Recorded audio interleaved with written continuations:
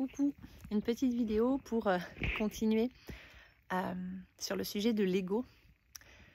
Cette fois, je vais te parler de l'ego quand tu l'as déposé, quand il n'est presque plus présent, quand il ne s'active presque plus jamais, ou quand tu es dans cette phase où quand il s'active, tu le vois très clairement et ça t'amuse. Et du coup, tu arrives à le désactiver pendant que la discussion ou la situation durant laquelle il s'est activé. Alors, quand tu arrives à un moment où tu as quand même beaucoup déposé ton ego, ça veut dire que tu as déposé tes masques. Ça veut dire que tu as arrêté de faire semblant.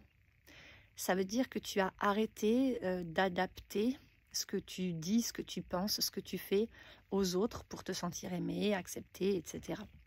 Ça veut dire que tu oses dire ta vérité, tu oses exprimer ce que tu ressens entièrement, sans le minimiser, sans retenue. Ça veut dire que tu oses dire non, tu oses poser tes limites, etc. Tu sais davantage qui tu es, ce que tu veux et où tu vas. Ok. Sauf que, il y a un moment donné où quand tu déposes l'ego et que tu es dans cet entre-deux, où tu viens de te rendre compte, ah ouais, ok, donc c'est mon ego qui contrôlait toute ma vie, tous mes comportements, ce que je disais aux autres, ce que je faisais, ce que je croyais aimer, ce que je croyais ne pas aimer, tout en fait, hein, les aspects de ta vie. Et que tu déposes les masques, tu te rends compte que tu portais des masques en société, peut-être un certain masque en famille, peut-être un certain masque en amour, peut-être un certain masque au travail, et que tu déposes tous tes masques. Il vient un moment donné, et là, c'est un moment que je suis en train de traverser, c'est pour ça que je vous en parle, où tu ne sais plus du tout qui tu es. Alors c'est le burn-out total hein, pour certains, moi c'est mon cas. Tu ne sais plus du tout qui tu es, tu te rends compte que tu as construit toute ta vie depuis un ego, donc depuis un personnage que tu n'es pas, depuis les masques que tu portais et l'histoire que tu te racontais pour être aimé et accepté des autres, pour ne pas perdre ce que tu ne voulais pas perdre, etc. Et tu fais tomber tes masques l'un après l'autre, tu déposes ton ego, tu te défais des costumes, hein, du personnage que tu jouais, donc tu te défais de ces manteaux, de ces costumes, et tu te retrouves totalement nu, à poil, face à toi-même, à l'intérieur de toi-même, au plein milieu de l'univers. Et ça fait une sensation extrêmement étrange parce que moi je sais que j'ai ressenti que j'étais totalement perdue, mais perdue. C'est-à-dire, ok, je sais qui je ne suis pas, ok, mais est-ce que je sais qui je suis? Et là on se rend compte que, oh, ben non en fait, alors soit on l'a oublié parce que ça fait tellement d'années qu'on laisse l'ego nous contrôler, qu'on porte des masques, qu'on s'auto-persuade d'être comme ci, d'être comme ça, d'aimer ci, d'aimer ça, d'être ok avec ci, d'être ok avec ça, alors qu'en fait, ben pas du tout. Et quand on dépose nos masques, il arrive cet état d'entre-deux où oh, on se retrouve vraiment nu comme un verre, dépouillé de tout ce qui faisait qu'on était qui on était. Et comme on a oublié qui on est à la source, qui on est dans notre authenticité, qui on était à notre naissance en fait, qu'on n'a même pas été souvent, enfin pour ma part par exemple, j'ai même pas pu vraiment apprendre qui j'étais entièrement. J'en ai pas eu le temps en fait, puisque je me suis adaptée très vite pour être aimée, acceptée et survivre dans ma famille. Donc, moi, je me suis retrouvée dans cette phase d'entre-deux qui est très inconfortable, où on se rend compte que, ah, alors on sait qu'on portait des masques, on les a déposés, donc on sait qu'on n'est pas telle personne, on n'est pas telle pensée, on n'est pas telle croyance, on n'est pas telle identification, on n'est pas telle attitude, on n'est pas tel sacrifice, telle retenue, etc. On ne veut plus, on sait qu'on ne veut plus se sacrifier, on ne veut plus s'oublier. On sait qu'on veut être soi-même, qu'on veut être vrai. On sait qu'on veut vraiment être aligné, équilibré et être dans notre plus pure vérité. Mais quelle est notre plus pure vérité? On se retrouve vraiment perdu. en suspens comme ça, dans un entre-deux de oh, waouh, mais je suis qui? Et il faut du temps en fait, il faut tout un temps. Déjà, il faut accueillir cette étape-là, il ne faut pas la rejeter. Il ne faut pas à tout prix vouloir trouver qui je suis, il faut que je trouve, je dois trouver. Il ne faut pas rejeter cet état en mode non, non, non, allez, je vais m'occuper, je vais scroller mon téléphone toute la journée ou je vais travailler dur pour oublier surtout, ne pas prendre le temps d'y penser, ne pas prendre le temps de ressentir cet inconfort, de ne pas savoir qui je suis. Cette sensation d'être totalement perdu dans la vie, en soi-même, de ne plus se reconnaître. Il faut prendre le temps d'accueillir. Et puis, on accueille et tout doucement, on se choisit en fait.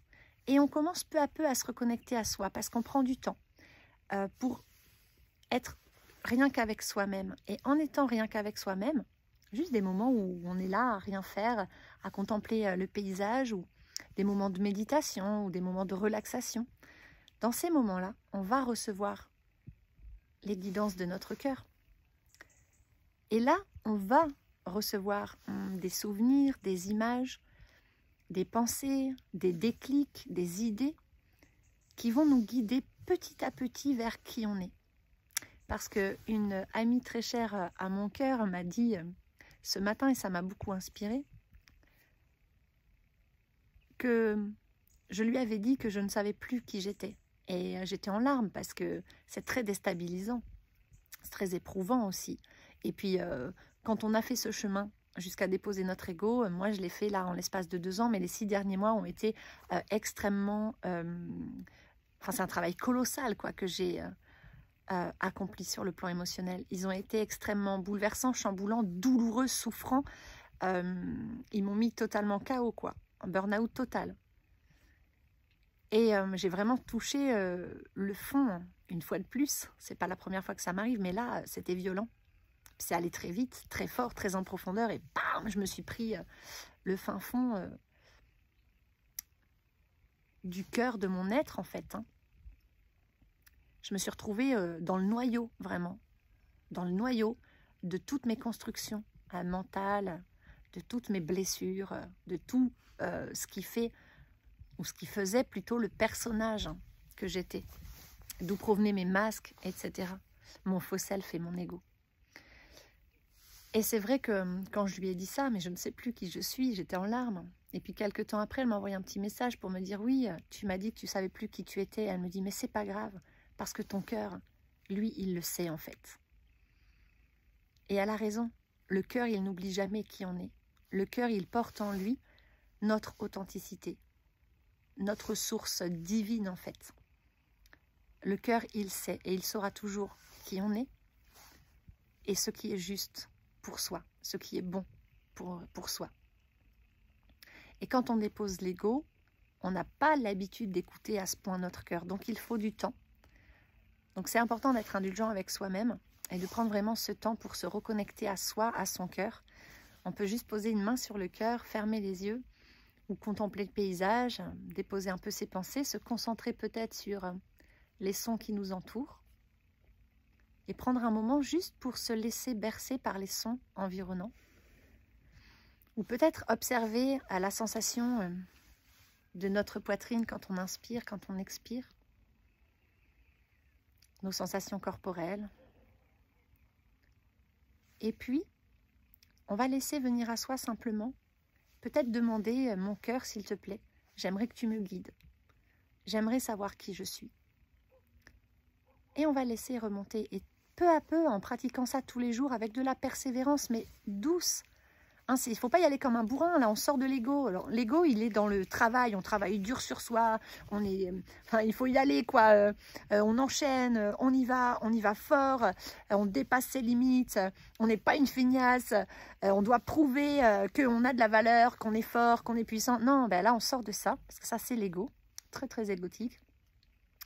Et au contraire, là, on est dans le cœur, et donc on va essayer de connecter à l'indulgence, à la douceur, se donner le temps, donc à connecter à la patience aussi. Voilà, à la compréhension, accueillir, ne rien faire, être vraiment situé dans le être, la verticalité de notre existence.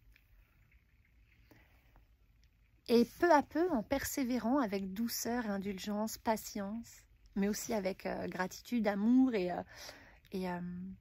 joie, j'ai envie de dire, d'aller vers soi-même, d'aller à la rencontre vraiment de notre plus grande vérité, de notre plus grande authenticité, pour se permettre d'exister enfin tel que l'on est et de vivre enfin notre vie pour soi, et d'aller toucher tout ce qui va être alignement, harmonie intérieure, complétude, plénitude, pour pouvoir ensuite le manifester à l'extérieur et réaliser tous nos rêves et partager toutes ces belles valeurs avec d'autres personnes sur la même voie que nous.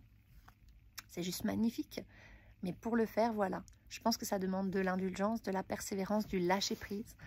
Lâcher et faire confiance à la vie. Je lâche puisque je dépose l'ego, donc on n'est plus dans le contrôle.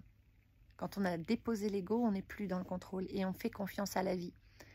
Et on sait qu'en fait notre cœur, on fait confiance à notre cœur et à notre corps, parce qu'on sait que tout doucement, on va réapprendre. On n'a pas appris à marcher du jour au lendemain, il nous a fallu des heures, des jours, voire des semaines. On a fait plein d'essais, on a chuté plein de fois et puis on s'est relevé et puis on a essayé autrement jusqu'à ce qu'on y arrive. Et bien là, c'est pareil.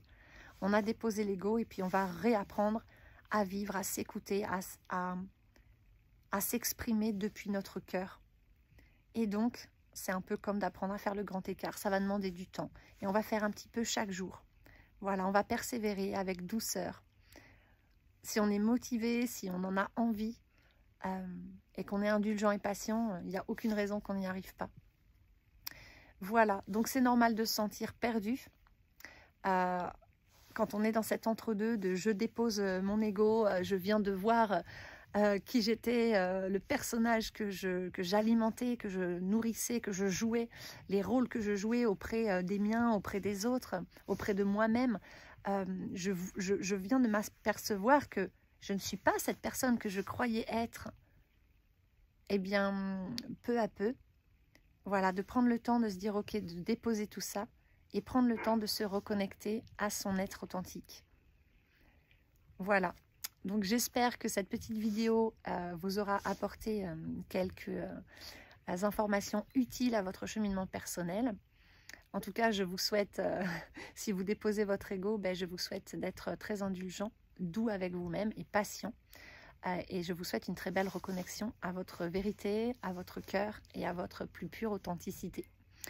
Voilà, si vous avez apprécié la vidéo, merci de mettre un petit j'aime, un commentaire ou de vous abonner à ma chaîne pour me soutenir.